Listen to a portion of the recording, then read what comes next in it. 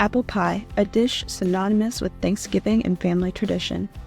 Many families have their own recipes and special spins on the pie, but regardless of fancy accoutrements, apple pie at its core is a slice of nostalgia and something that I've been in charge of making for my family Thanksgivings for the past couple of years.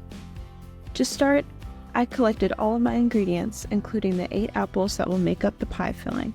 I always use a combination of red and green apples, leaving their skins on when I slice them up.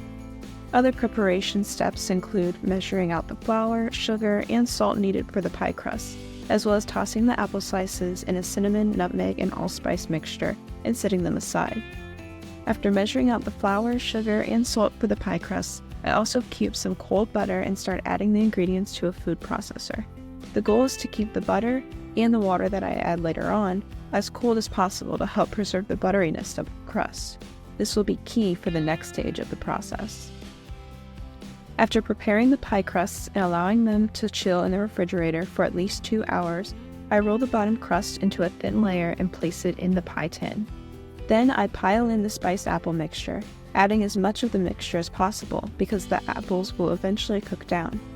But as I add the apples, I also add a thick caramel sauce that I created using flour, butter, white and brown sugar, and water. This helps to bind the apples together and adds delicious flavor as well. Next, I roll out the top layer of crust and cut it into sections to create a lattice design. Though I've made apple pies with a crumble topping before, the lattice is always my favorite. Now it's ready for the oven. Once in the oven, the pie will bake for 15 minutes at 425 degrees Fahrenheit, at which point the temperature will be reduced to 350 degrees and the pie will continue to bake for another 35 minutes or so.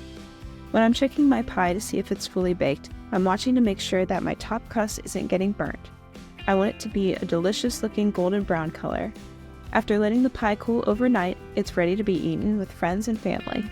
As I mentioned before, this pie is my favorite to make and holds a special place in my heart.